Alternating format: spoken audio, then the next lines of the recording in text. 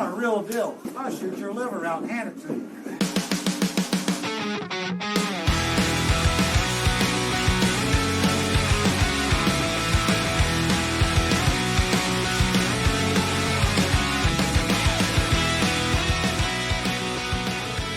We are back and just as bad as ever. Demetrius, Rob, what's up, guys? Yeah, we're all here, boys. Good morning, gang. It's been a while. It has been a long while. What's like 3 weeks? Yeah, it's been something like that. It's been a good while, but we've been doing lots of fun things. Quarantine.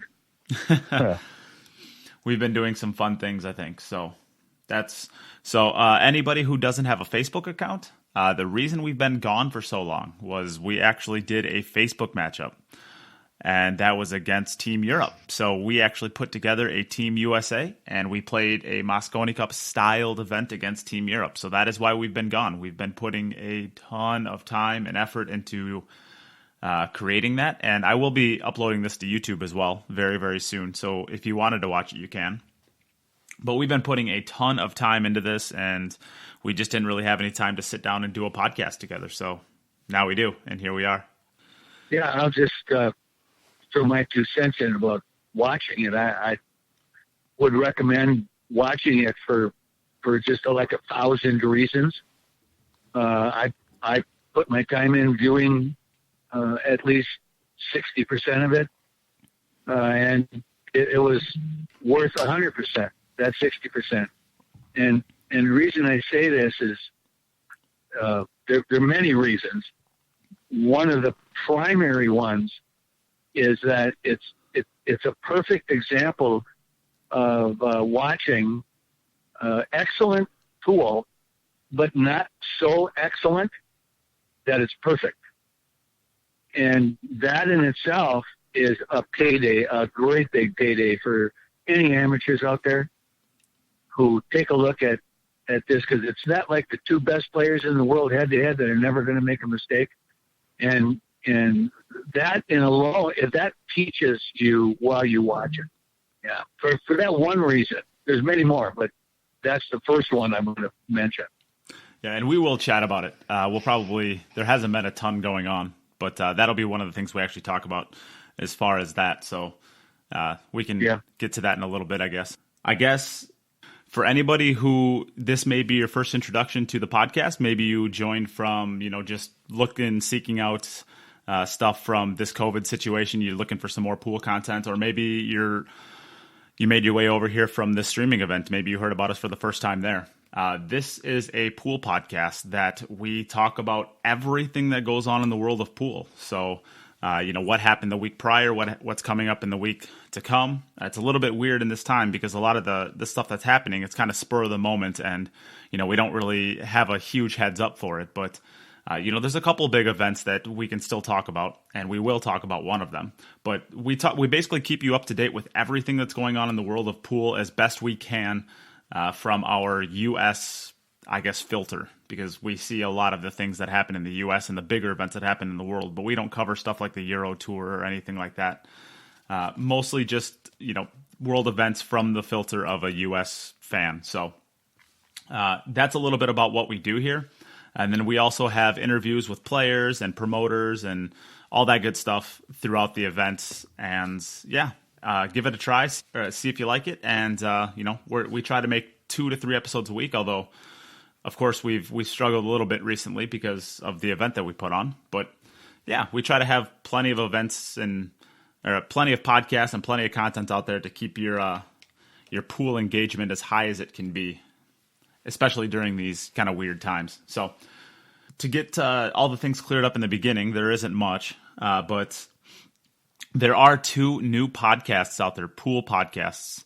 And one of them is a Wisconsin one, so I will give a plug to this. Anybody who is looking for more pool content, check out Chalk is Cheap.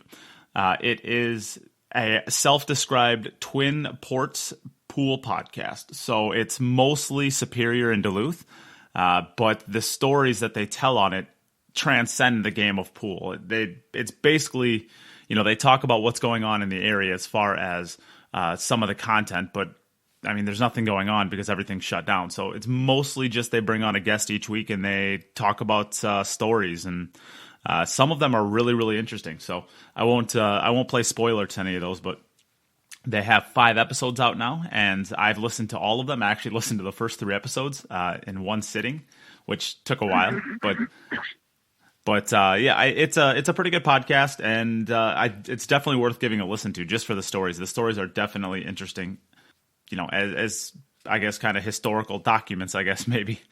So well, there's going to get to be more of that. I'm from the Twin Ports, and the history of it and the uniqueness of a lot of the players that are going to be on this podcast it's worth a listen. They're going to be fun, interesting stories, and by and large, mostly true. Rob hasn't been on it yet, so there hasn't been any fabrications yet.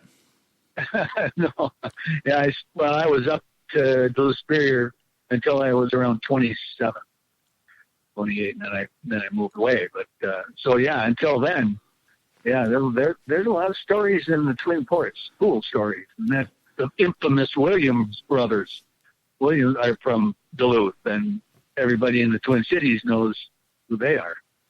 Yeah, and your name has been mentioned a couple times on the stories that have happened on those podcasts. So Rob's a local celebrity there. He doesn't know because he doesn't listen to any podcasts, including our own, but that's okay.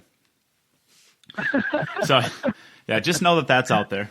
And there is also a new podcast out now from Matchroom. So I don't know how, I guess, frequent they're going to be doing it. I don't know who's actually even the host for it or anything like that. I know that the first episode and the only episode that they had out was with Carl Boyce, and they brought on Jason Shaw. It had Mike Pinoza on there, and it had Emily Frazier on there. So I'm not totally sure what the direction of that looks like, but it's called Loose Pool. And it can be found basically everywhere that you can find a podcast. So you can head over there and listen to that podcast as well if you're looking for some more pool content. But other than that, the only other thing that I have to get cleared up is I made another post on the Facebook page for people to come to the Moscone Cup if they would like. And we basically have, I think about 9 people now that are confirmed to go. So we're going to have our own little section of the audience that are the queued up people. And Jennifer Beretta even actually committed to going. So she will be sitting with us as well, if that's not motivation enough for you. But yeah, so if you're interested in going to the Moscone Cup and you would like to sit in our group with us, feel free to reach out to me or, well, I guess me or the podcast at any point in time.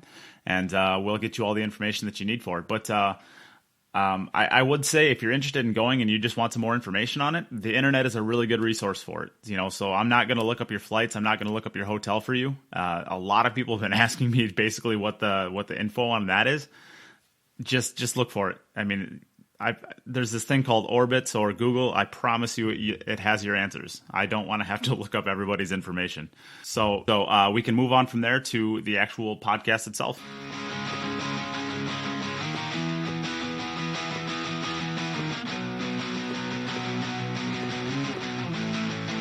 So this is the segment where we talk about what had happened previously. And we can talk a little bit about the event that we did. So this was, like I said in the beginning, a Moscone Cup styled event, meaning basically we ripped off their format with a couple of small tweaks. And it was the U.S. versus Europe. I formed the U.S. team, and Jim Telford formed the Europe team. So on Team USA, I had my great friend now, Demetrius Gelatis, who was the only player who played well. So good job, Demetrius. We also had Rob Saez, Jennifer Beretta, John Demet, and myself. So that was Team USA.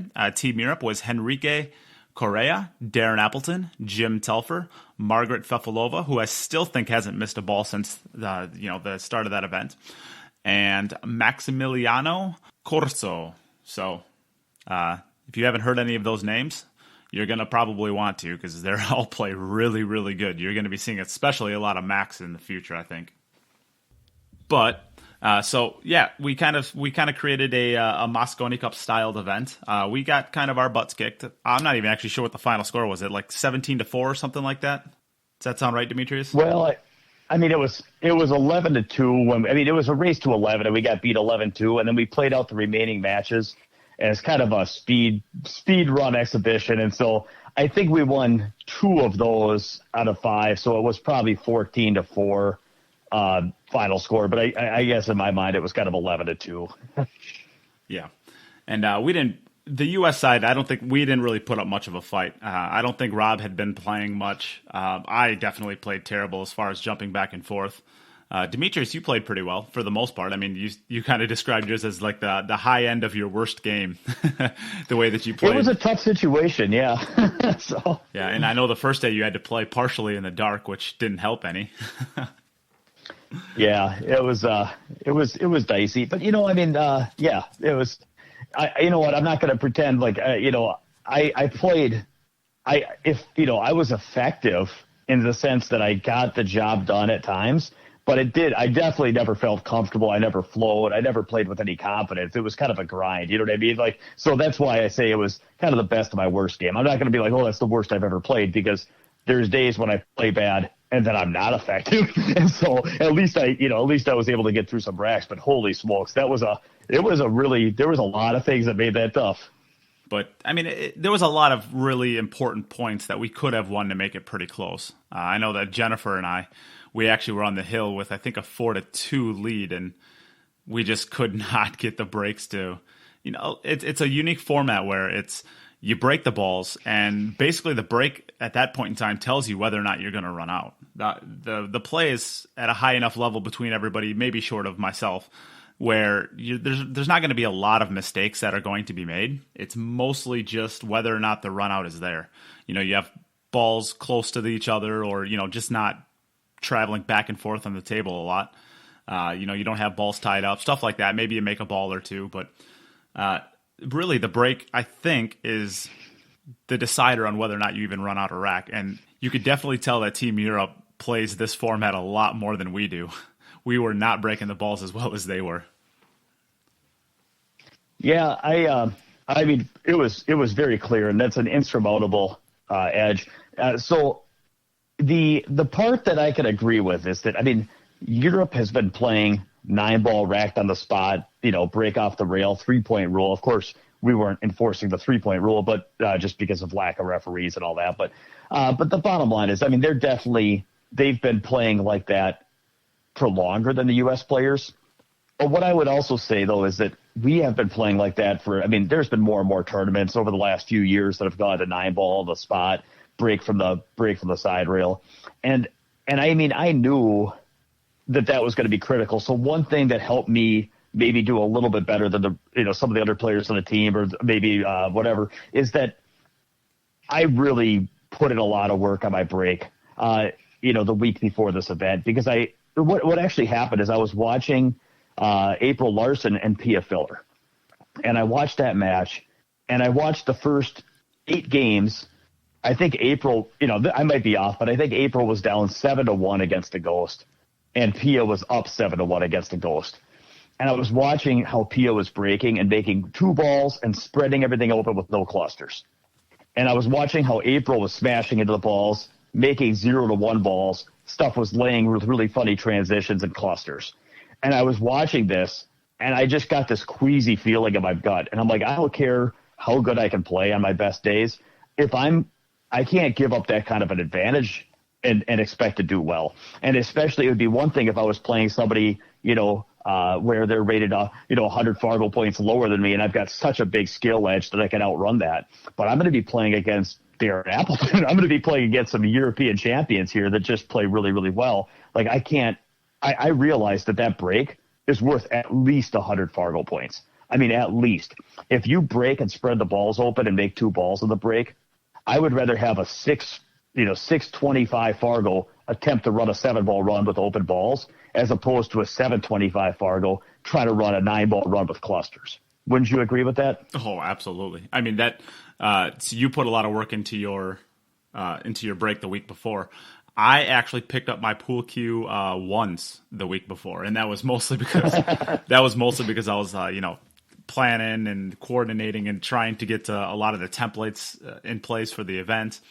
Getting last second things done. I actually went into this pretty unprepared. I learned how to break the night before, and that was from watching some Derby City matchups with Tyler Steyer playing basically in the Derby City. And what I didn't realize until day 3 of when I actually talked to Tyler, that Derby City you actually have to break from the box. So I'm breaking from the box where Tyler was, and he was doing that because he had no other choice but to do that. So on day 3, Tyler's like, "You're an idiot. Break from the side rail." I didn't have that chance. So right. At and that actually, point in it's a time, I good thing learned. for players that are starting to venture out into pro tournaments.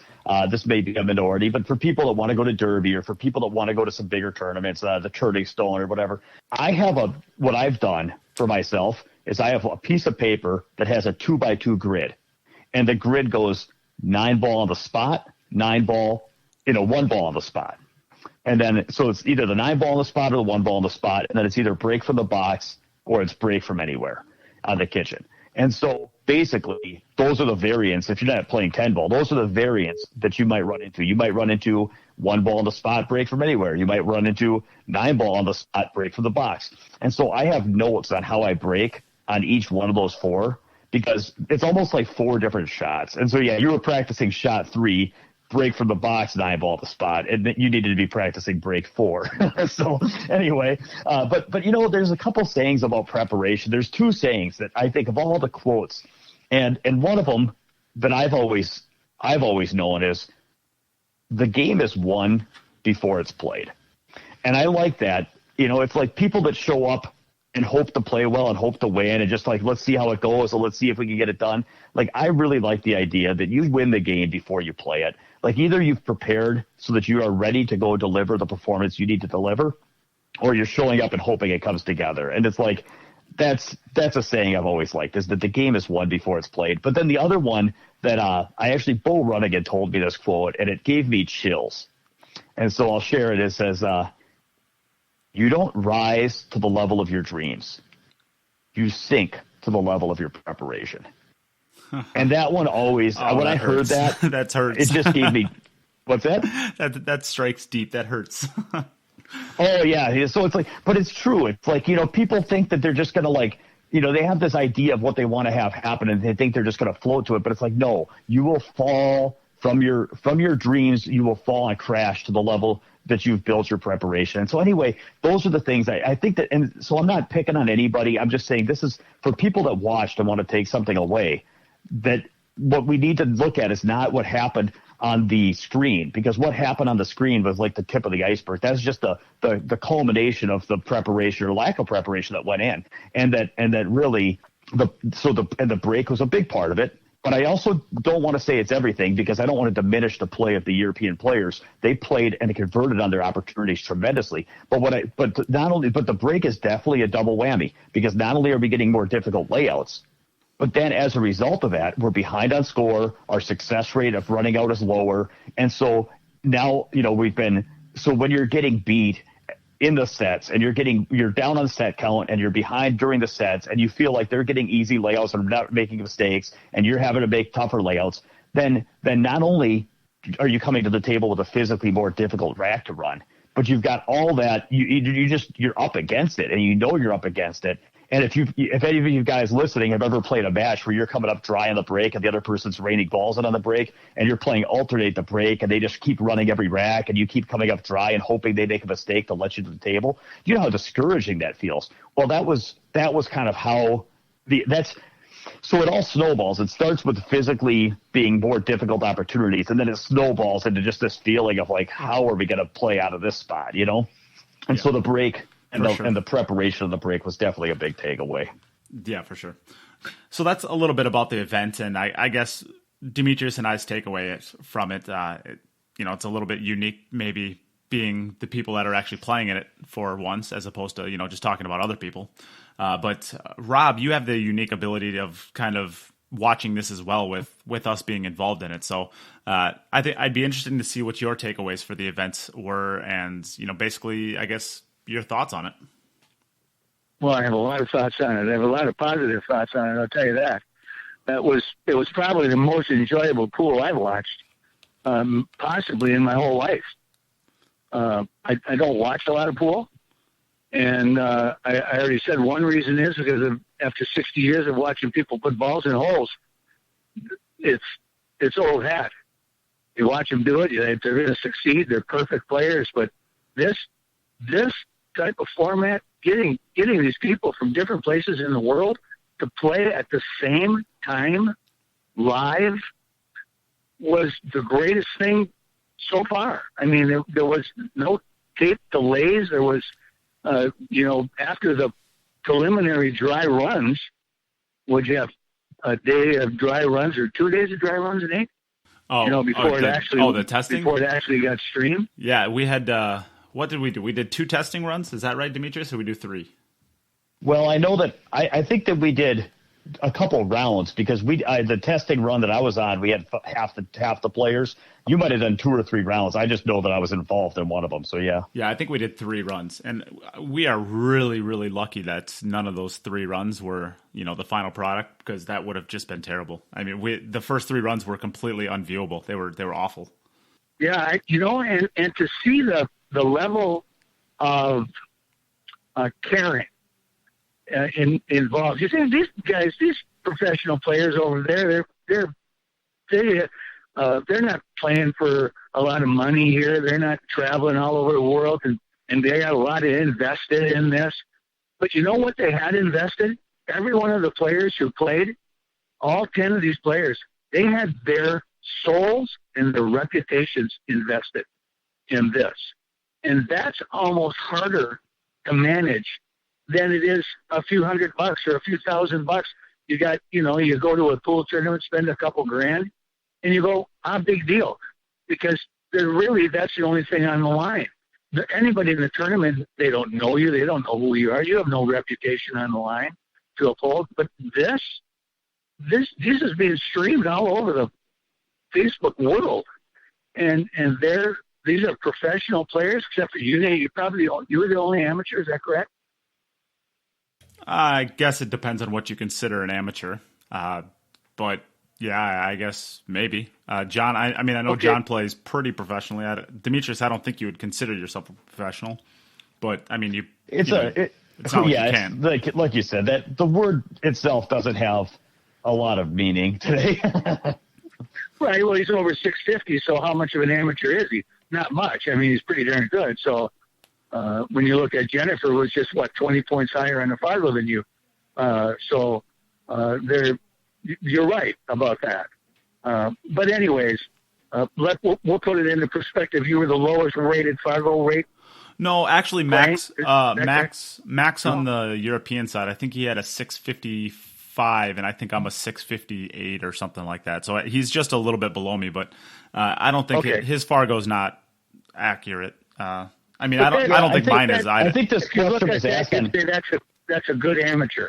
That's a quality amateur, correct? Yeah, that's a state master level player.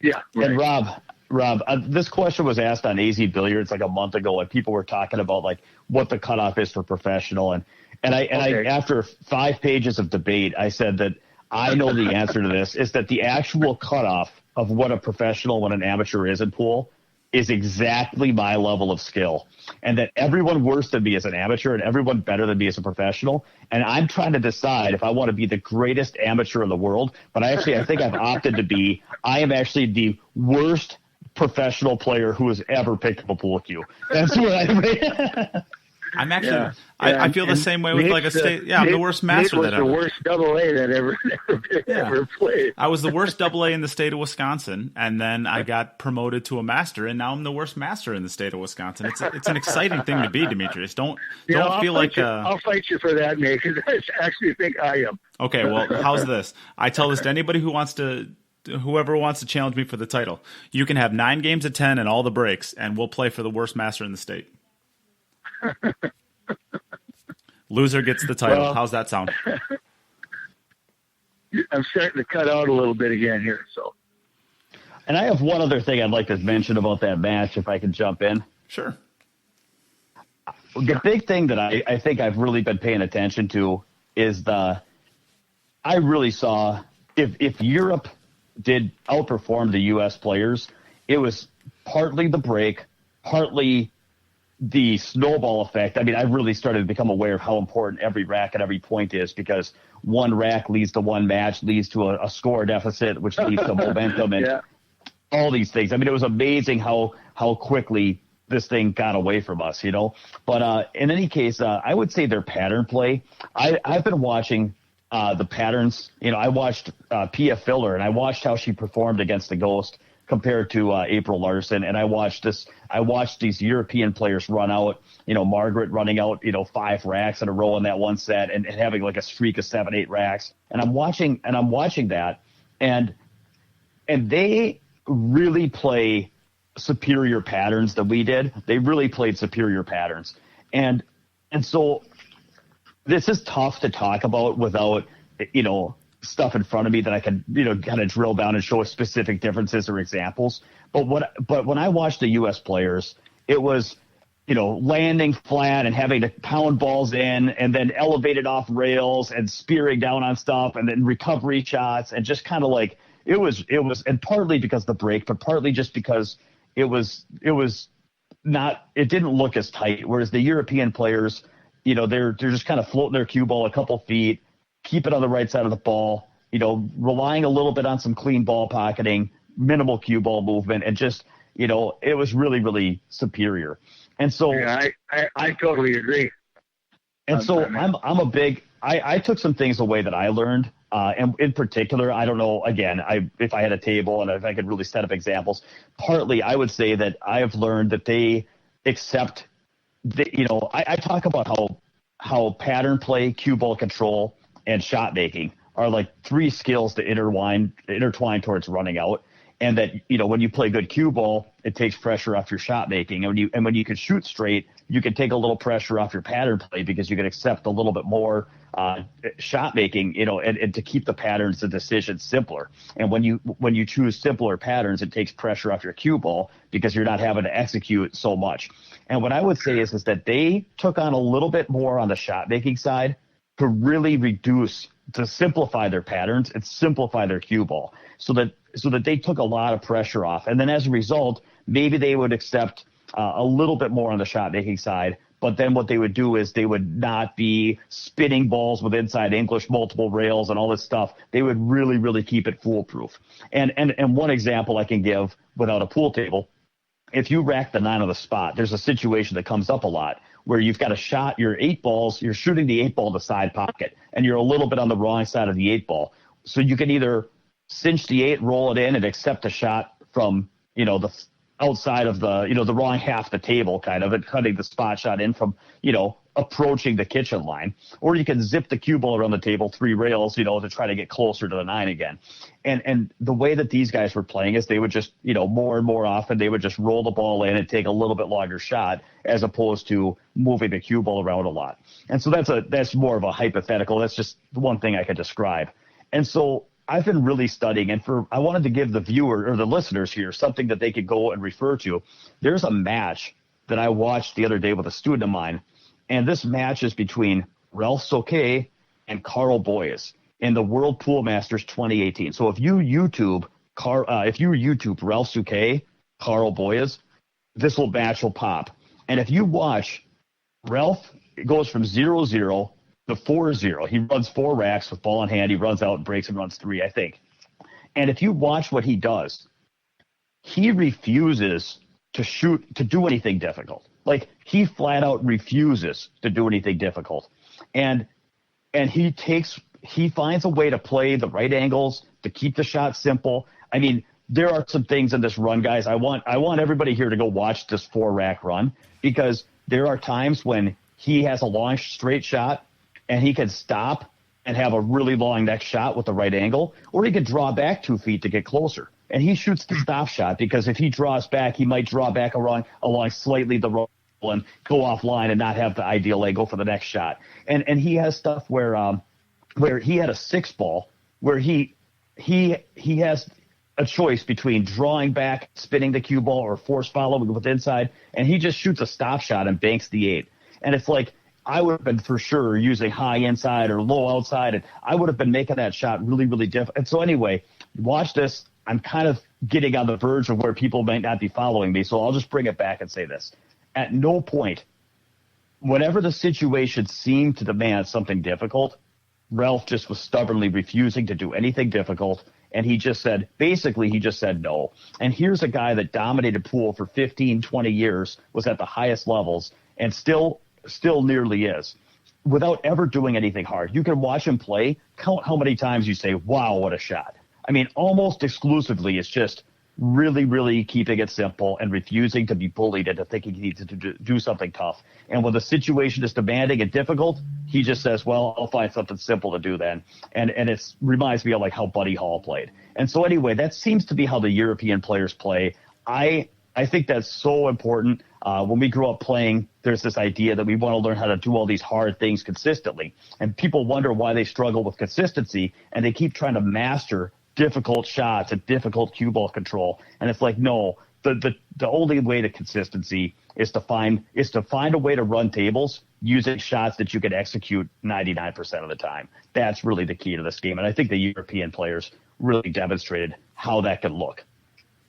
I absolutely agree with that. I took away the story that if you're on a 9-foot table, if you're 3 feet away from the object ball versus 8 feet away from the object ball, and all you want to do is draw it back 3 inches straight back and 2 inches to the left, your chances of success if you're 8 feet away are slim and none. You're executing that position shot. If you're 3 feet away, if you're a 700, you're going to do it. You're going to do it a lot. And that's what I saw. I just saw, generally speaking, the European players always a little bit closer to their object ball. And a lot of that was probably playing the right patterns from start to finish, so that, Sure. and I was guilty of this a lot. There's no question. Yeah, I was guilty of this a lot. If anybody ever watched my games, I play 2 to 3 shots of, good positioning, and then I would get myself into this battle where I each time I would still make the balls, but I would get a little bit more out of line, a little bit more out of line, a little bit more out of line, until the point where I'm now at the point where I can miss any ball that I'm shooting at because the difficulty is so high, and I can't do a lot with the cue ball for any of these shots either, because the pot is so hard on the ball. So I'd get deep into these racks, and sometimes I just miss stupid balls. Like I missed a couple 9 balls that I still am scratching my head about, but. It was usually a missed 7 ball or a missed 8 ball because I just played so many poor positionings along the way that I just keep getting into this rut that I couldn't get out of. And a lot of it is probably because, one, I wasn't playing a lot, so my speed wasn't exactly great. And then, part of it is I'm a bar box player. I mean, that's just what we have available to us in the state of Wisconsin. And you got to play different positionings. You got to use, a little bit more rails, use natural lines. You do.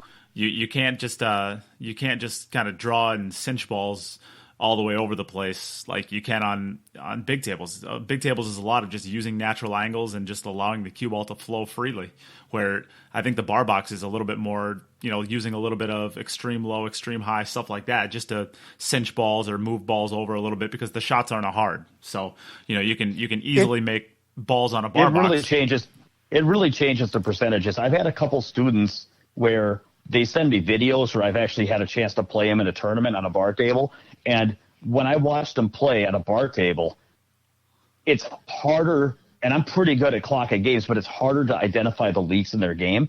But I know that if I move them to a 9-foot diamond, that it's like it just magnifies all the leaks. And so when you're used to playing on bar tables, the penalty you pay for getting a little long or a little flat angled or a little bit on the wrong side of the ball, or the penalties you pay are lower because you can recover so much easier. Yeah. And if you're playing 9-ball where your patterns are a little loose and you're getting having to bomb in a series of recovery shots or getting to where it's just not quite as natural, you can kind of just get into a rhythm and get through it. But when you're playing on a 9-foot diamond, you can get through some racks, but the penalty it takes a toll a lot quicker. That's all. Yeah.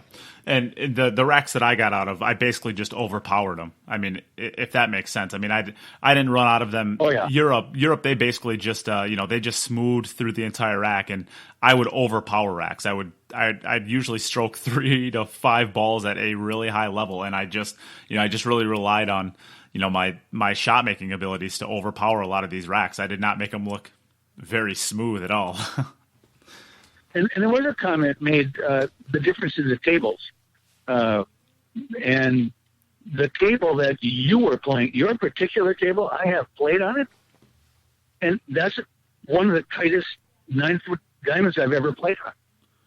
Yeah, I didn't realize that when I was playing on it, that it was actually shimmed. It was a shimmed pro cut pocket. So I think it was like 5.1 or 4.1, I think is what it was.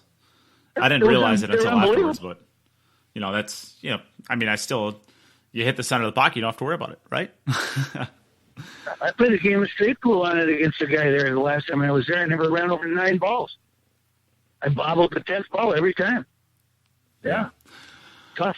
Well, I think that gives action, us a pretty good discussion about the match.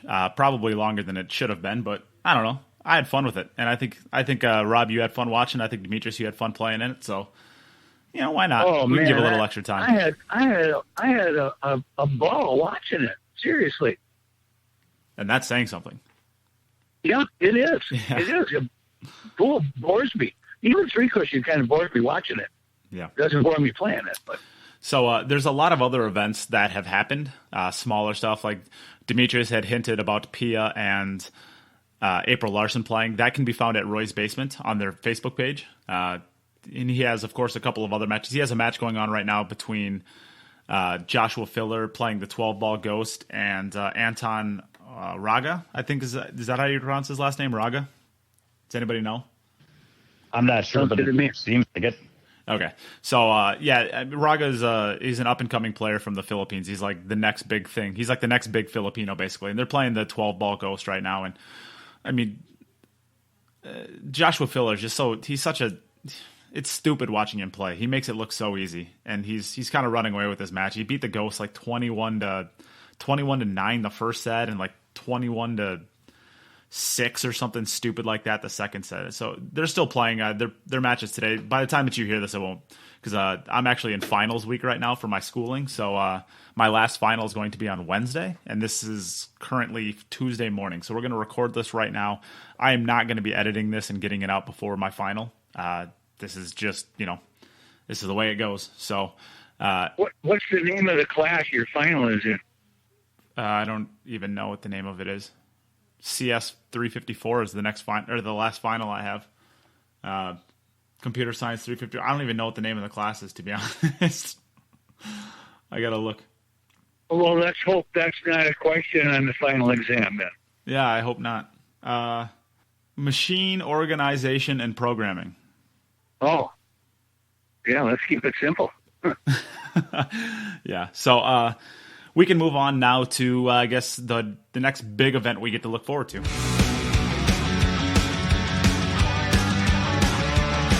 The next big one we get to look forward to is a matchup between Joshua Filler and Justin Bergman. And this is actually going to be a real quote-unquote event, pre-COVID real match.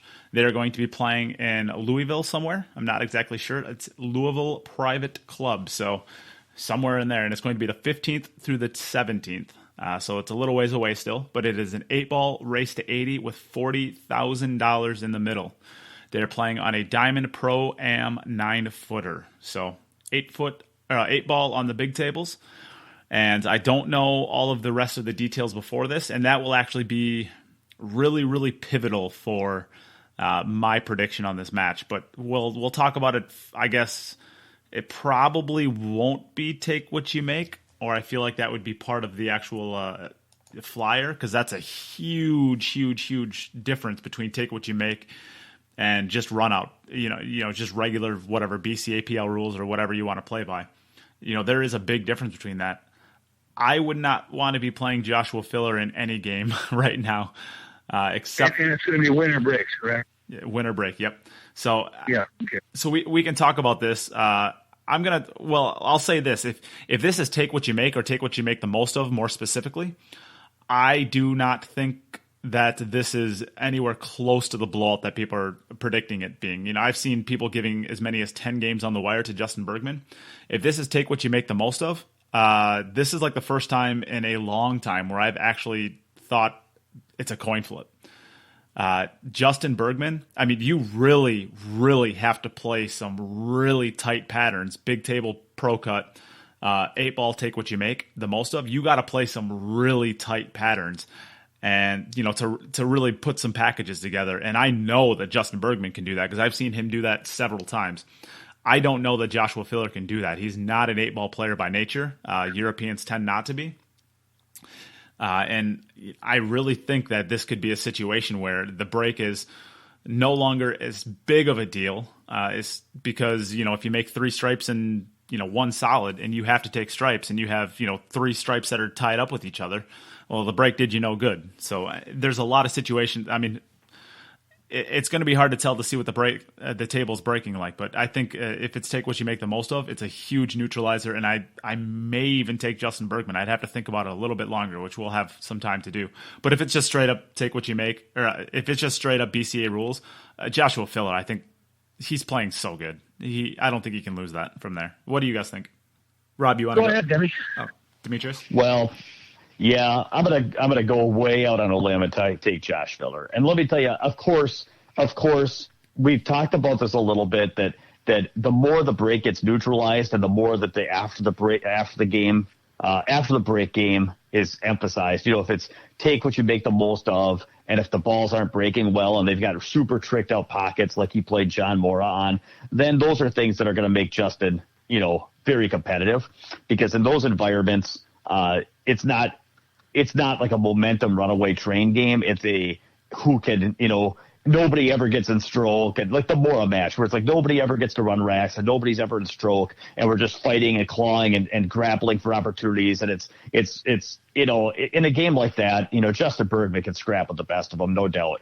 But I don't think that the break is going to get neutralized enough for that playing big table 8-ball, even if it's take what you make the most of. I just don't see slowing Filler down enough. And here's what I think that it's easy to forget. It's easy to forget that Josh Filler is one of the best bankers in the world. And when you're playing big table 8-ball, banking balls, even though you play patterns to avoid banking balls, and if you're playing well, you don't have to do it very often, banking balls is a critical skill. It's easy to forget that he's run 285 balls in straight pool before he was 18. And for people that don't think that he can play 8-ball, let me tell you something about running 285 balls in straight pool. You can run 8 balls of 8-ball. Like, it's just obviously it's a little different game, and you can sit here and talk about percentages. But I've one of the things that I've been most amazed by watching. They had a few of these tournaments over the last 3-4 years, races to 15 on bar tables. Take what you make the most of, and I was blown away watching these tournaments at how little safety play there was. When I heard that it was take what you make the most of, race to 15, I thought that there'd be like a lot of safety battles going down. And I watched a match with, you know, I don't remember, Shane and Alex, where there might have been one safety in the entire race to 15. They were taking this game that I thought was going to be defensive nature, and they were playing absolutely run out pool. And so I think that this whole idea that this is going to be a lot of, you know, moving and cagey and Justin's going to have a lot of, like, you know, street fight moves. Like, I don't see it, man. I believe that at the highest level, 8-ball is a run out game. And if you magnify that and go onto a 9-foot table, it's a run out game even more, as long as you have the shot making to put the balls down on a 9-foot table. And Filler absolutely does. So here's a guy that has a great break, that has absolutely is not going to miss many balls, that can bank well, that can run racks, and that can play, you know, can put hundreds of balls together playing straight pool, and that is absolutely on fire. I think he can make this. I think he can make this a break and run contest. I think he can make this an overpower contest. And as good as Justin moves, and as well as he plays after the break, I just don't see it, guys. I don't see it. I'm going to take Filler. Yeah, I agree. I'll take Filler. He's putting balls in the pockets as good as anybody right now. Solid, you can tell by the sound. The ball hisses across the flat. It slaps the back of the center of the pocket. I just got to love that when I hear that. It's like Margaret. That's how she played in the stream when she shot the balls in. They were going in the center of the hole.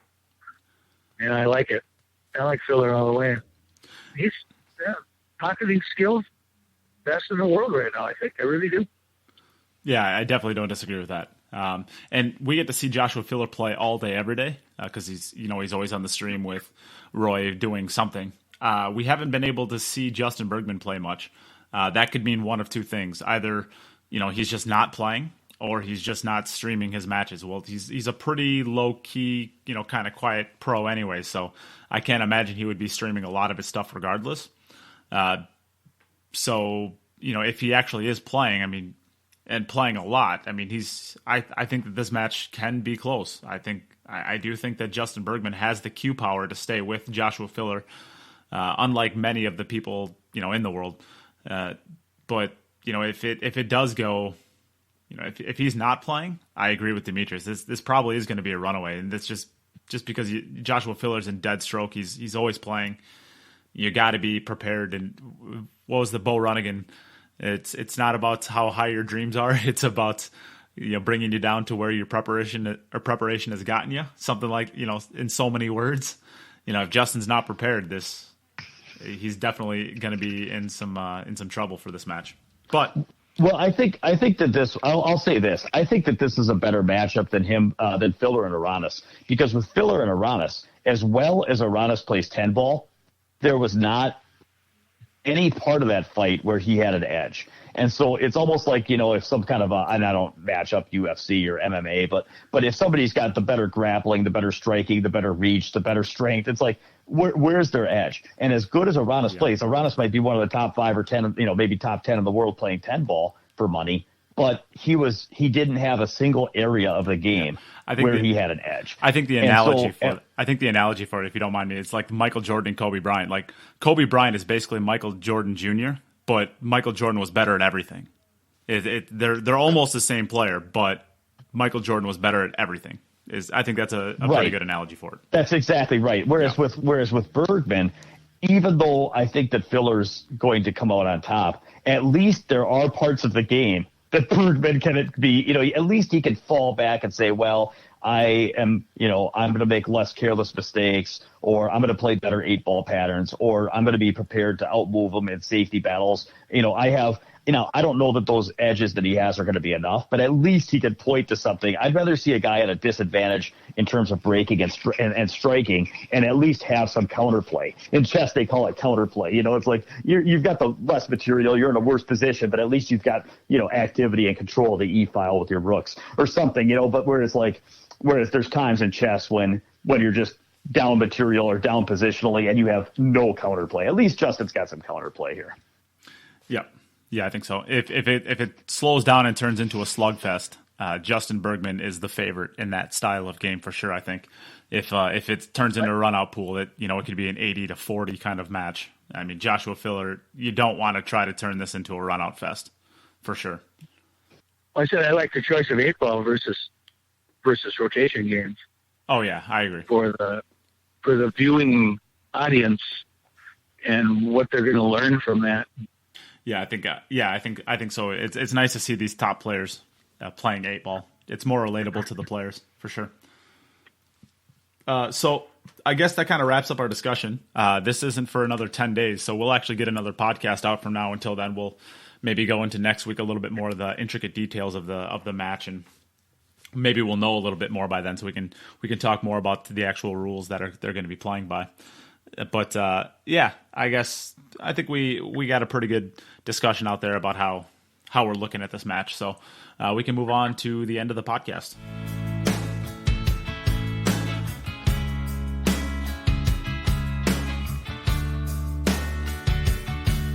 Okay, well, here I got one for you. What do you call a dog that does magic tricks?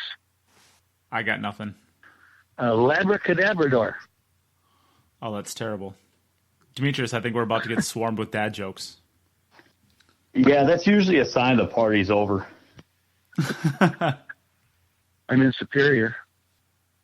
Yeah, I drove from Hayward to Superior during the podcast. Yeah, Rob, you're picking up a new pool table today. You found one online and stole it. I'm picking up a 19, I believe it's a 1958 vintage Brunswick 10-foot billiard table today for the amazing price of $300. Yeah, he stole it. Yeah. And if anybody out there in the listening land wants to purchase some pool products or tables or need some restored or whatever, look up Jerry Fredrickson in Duluth, Minnesota. Definitely. And if you listen to the podcast that I suggested in the beginning, he was actually the most recent podcast on there. So they talk about his career in the game. Yep. Yeah. Chalk is cheap. Obviously, Nick Olson has never bought a cube of Kamui. Oh, yeah. I had to think about that. Yeah, actually. It is something, though, that chalk. Yeah, I mean, you can chalk up once every 10 shots and not miss you. Yeah, my sponsor just sent me my sponsor from Florida, Billiard Factory, Jacksonville. Definitely check them out if you're in the Florida area, especially if you need to buy like a pool table or anything like that. They do great work. But so they sent me a bunch of chalk, and they sent me Teom and Kamui. I've been using the Teom, and the Teom is it's good stuff. I really like it. I've also been using the Russian Magic chalk. Now I tried that out too, and that stuff is really, really, really good too. I've always been a triangle guy, but I think I'm going to be switching over to one of those full time. They're really nice. Yeah. So I guess basically this discussion means we really have nothing to talk about for a discussion topic, which is fine. It does. We're at about an hour right now, so it's a pretty good length for a podcast, especially since we have a little bit of stuff left. So we can go into our fan question of the week, and this one is going to be: what drove you to be a better player? How do you manage desire to get better? So basically, how did you manage your drive to become a better player? And this is actually a pretty good. If you guys don't mind, I'll take this away first because this past weekend, or I guess the past week with the matchup, I realized that there are a lot of imperfections in my game, and I'll take this a step back even further. I think the human psyche really protects you from, I guess, looking at yourself critically. It always tries to protect you with defense mechanisms, blah, blah, blah, blah. We always have that person on Facebook who talks way too much and knows way too much about everything. And you just kind of think to yourself, how did this person get so educated on every single aspect of every single thing you could ever possibly dream of? They always know the answers. They always have, the insights into all of these things, and they always know more than the experts. The people that have dedicated their entire lives to studying something and researching something, they're twice as smart as that person. There are a lot of people that really have this crazy ego about themselves where they cannot see any of their imperfections. And everybody has it to a degree, of course. I mean, that's the way the human brain works. But it really takes something like this past weekend or this past week, or there are a lot of aspects of my game that need a lot of work. And so I guess the way that I always see things, like small things like this here and there, are motivation to kind of work on those things. Originally, it was just the love of the game. Like I couldn't play it enough. It was an addiction to the game in the same way you have an addiction to anything else in life. It's just you have to play it. You can't get enough. But as that goes on, that kind of wanes, or at least it has waned with me. And now I work on things when I feel like I need to work on things. And this past weekend, I have a lot of things that I really feel like I need to work on. So it could literally just be recording yourself in maybe a match that means something, or maybe going back and looking at, if you've ever played on a stream table, going back and looking at that stream and kind of really dissecting your game. Try to find out where the voids are in your game, maybe the things that you need work on. And if you have a task to do, it might it's motivated me to actually start working on things in my game. So you can only see them if you actually see them. And I saw them a lot last week. So I guess that would be my answer to that is you can't fix a problem you don't know exists. And the human mind is kind of in a situation where it tries to make it so you don't see these things. It always wants to make you seem perfect to yourself. So find ways to figure out imperfections in your game and try to work on them from there. Demetrius, do you want to go next? That was a good one. Yeah. Yeah, and I'll chime in on this, and I'll keep it brief because this is one of those topics that could either speak briefly, or I could go on for hours. So what I'll say is, as far as what you're saying, it's very interesting. The fact that people that are incompetent don't realize it because they don't have the skills to recognize their own incompetence. And that's why people that are, it's actually, there's been a lot of studies on this. I forget what it's called, but people that aren't very good tend to overrate how good they are because they don't understand what they don't know. And oftentimes people that are experts don't recognize how good they are because they assume that everybody has that same understanding. It's very interesting how that plays out. It's like 87% of people think they're above average driver. Yeah, and I see this a lot where, I mean, it's just amazing how many people think that they know everything about pool, and it's like, okay, but then they have some weird stories about, if I just had more time and if I just got to the table more, then I'd be the best. But it's because, I have a job and, that's why. But if I could just play every day, then nobody would beat me. Anyway, okay, so moving on, what I would say is that you have to make desire and motivation. You have to own that and make that part of the game.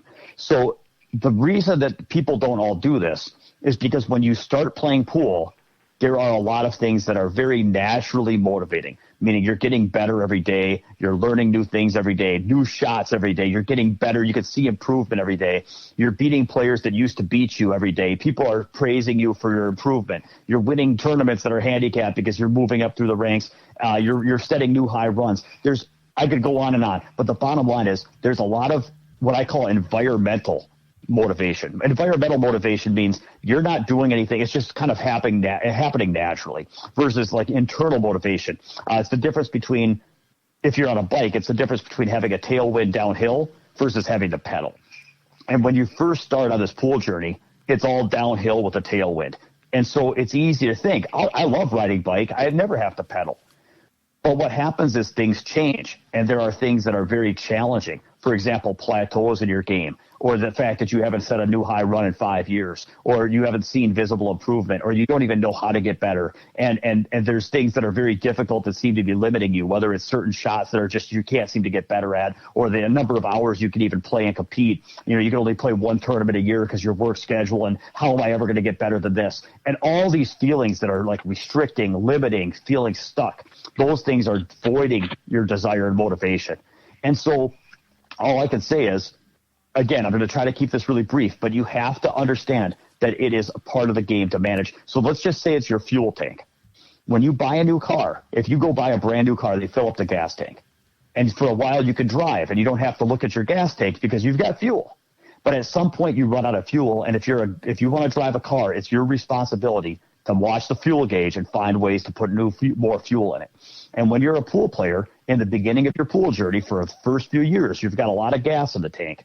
And then as you start, you might think you'll never run out, but you will at some points because there are things that demotivate and things that are very challenging. And so you have to own that. This is part of, if you're a pool player, you're driving your pool career, you have to manage your gas tank. You have to own that. And I could speak more another time if somebody wants to email me directly, or we have some conversations in the future. But there's a lot of things you can do to motivate yourself by having a plan to work around the challenges and obstacles in your way, and finding things that motivate you and building that into your world so that you're not just hoping that something comes along and motivates you. And there's a lot of things you could do to actually overcome that, but it all starts with taking it on and being accountable for it, and taking it on as a variable that you run instead of as a fix that's out of your control. Yeah, that's really well said. And a little bit more in depth than what basically I was kind of saying is, when I was a kid, it was super easy to motivate myself because I just wanted to play. There's, you're always seeing improvement, all that good stuff. And then towards the end, you don't. You got to find new ways to do it. And my way of doing it is probably seeing things to work on and having a checklist of things that I can improve on. Rob, what is your advice on this? Well, for me, it was pretty simple. You got a room full of pool players. Nobody goes over to the guy that can't run 3 balls and asks him, how's he doing? I didn't want to be that guy. I wanted to be the guy in the room where everybody came over and says, hey, what can I do to fix this? Or what can I. So for me, it was personal pride. It was just integrity. It was accolades of my peers looking up to me. that was worth everything to me personally. I strove to be better at the game, and of course there was sure, if you win some money, you go to a big tournament, that's nice too. But it was more a respect thing that drove me. My desire was to be respected for something. Not just your job. For me, I gained respect in my occupation by having the people I do work for tell me that was a nice job.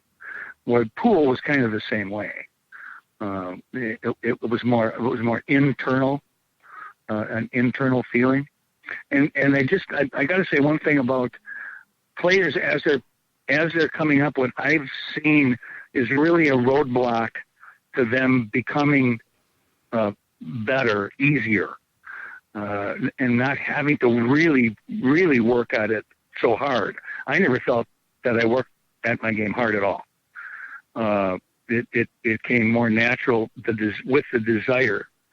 But if you can, and Denny touched on this, if you can understand where your limitations are in your game, then you're not going to say, okay, gee, all I got to do is go 3 rails right here to get shape on that ball. And there's 4 balls in the way. Okay? But you're just saying, no, that's the way I want to do it. Because you're in charge. You're the shooter. And I think when you really take a look at, well, yeah, you can do it that way, but you're going to make that shot through all them balls 1 out of 10 times. There's got to be an easier way. And I think, so understanding where you're at, and I think you need somebody else to do that. Right? I mean, you need somebody else to tell you where you're at, because you have nothing to compare to where your skills are at. So doing a boot camp, I just think those types of ideas, even if it's just one day, that's going to let you know where you're at when you're done with it. So that's where I go with desire. I'd say, you either kind of got it or you don't. Otherwise, you got to find a particular motivating factor out there, and it's different for everybody. So. Yeah, that's definitely good advice too. For just do a boot camp.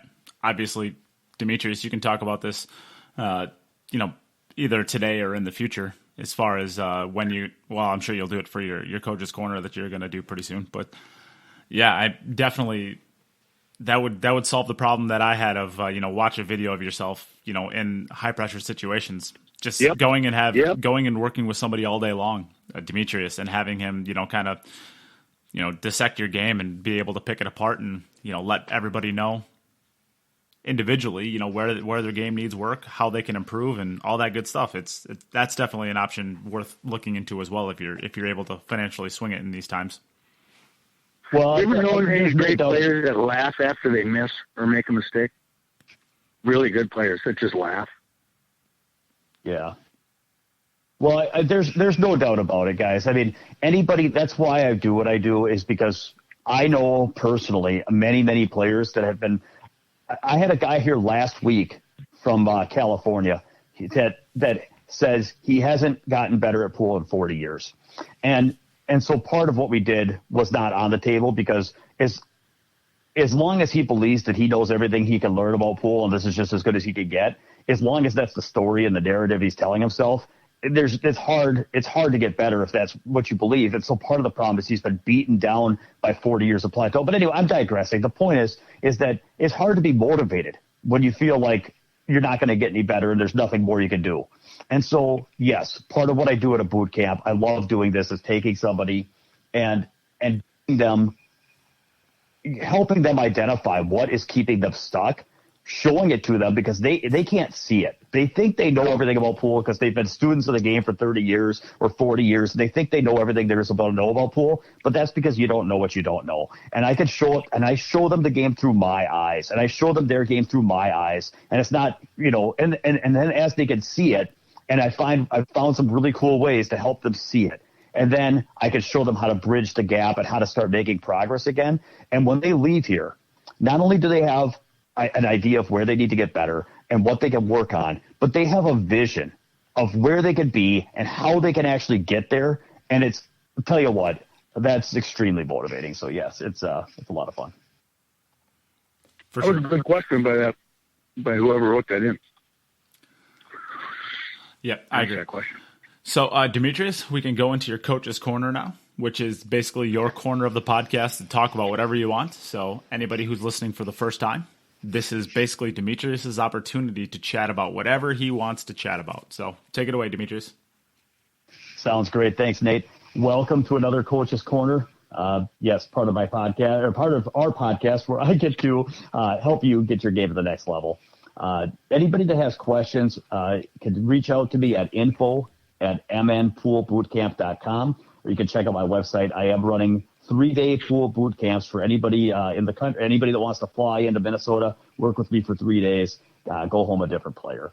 And so this week, keep it real short and simple. I just wanted to talk about some of the beliefs that we have about pool, and you know, I look at it as what we believe can either be helpful and useful and constructive, or it can be, you know, destructive or limiting. And there's a lot of times when people they try to figure out what's true or what's right. And some of these things don't really have necessarily, they're all debatable topics. And I'll give you guys some examples. But instead of trying to think about what's right or what's true, think about it in the sense, if you want to get better at pool, I'm just assuming you guys want to get better at pool. I want to get better at pool. So I think about it in the sense of what is going to help me get better at pool. I'll just believe that. Why would I want to believe something that's going to demotivate me or you know, whatever? So one example that I get of this all the time is this debate between, is pool hard work or talent? This idea of talent. Let's talk about the idea of talent. How much is talent required to be at the highest levels of pool? So clearly you have to have some kind of talent, because if you're blind and you don't have arms, it's going to be very, very difficult to run tables. So there are physical requisites to play high-level pool. And clearly you have to put in a lot of work, because nobody was born with the ability to play great elite championship-level pool. So somewhere it's not 100% talent. It's not 100% hard work. It's somewhere in the middle.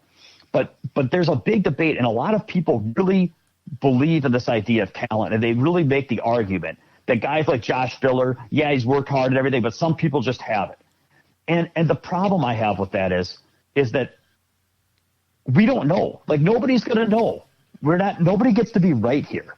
It just gets to be, is it useful? Like, let's take a look at what happens when you believe in talent. When you believe in talent, then it's easy to believe that maybe you're one of the people that just didn't get it, which means that what's the point of trying to develop your game? And you're just, you know, you're lowering your beliefs about what you can do, and you're lowering the motivation you have to put in and try to develop what you have.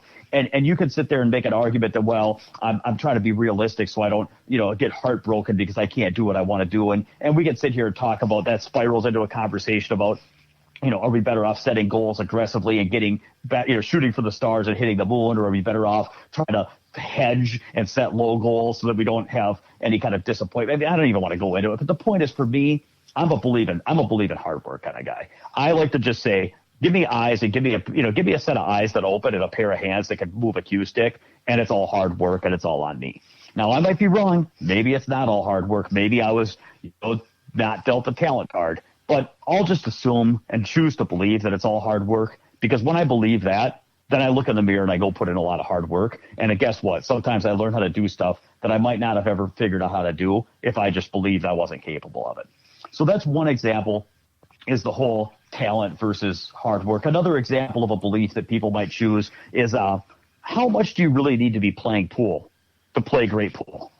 So some people believe you have to put in a lot of hours every day to get better, or a lot of hours every day to play your best. And other players might believe that they can just go 6 months without picking up a cue and then play well.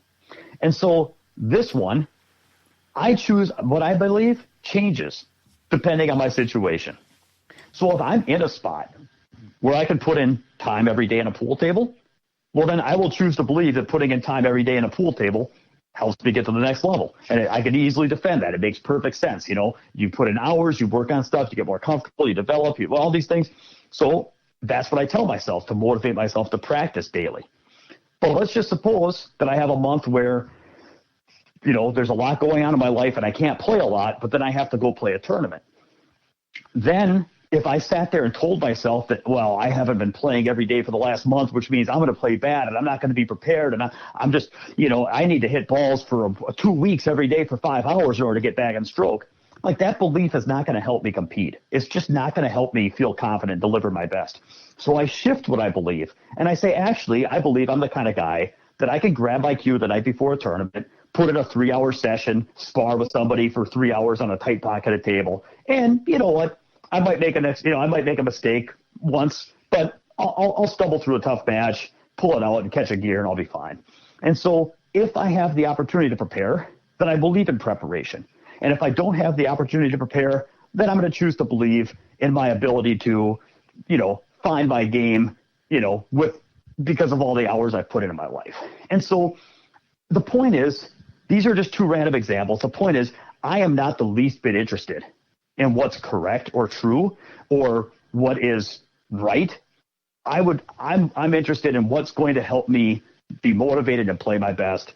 And yes, if there's an answer, if the truth is that putting in hours every day, of course it's important to know that, because then you can try to build your life and motivate yourself to practice. So I'm not saying that there's no value in any real reality or truth. But what I am saying is that we have to be very, very careful of the ideas that we choose to believe. And when when there's ideas that can't be right or wrong, they're just kind of opinion or debatable stuff, I would encourage you guys to look at it from a lens of not what's right or true, but what is going to help you guys hit your goals and get where you want to be.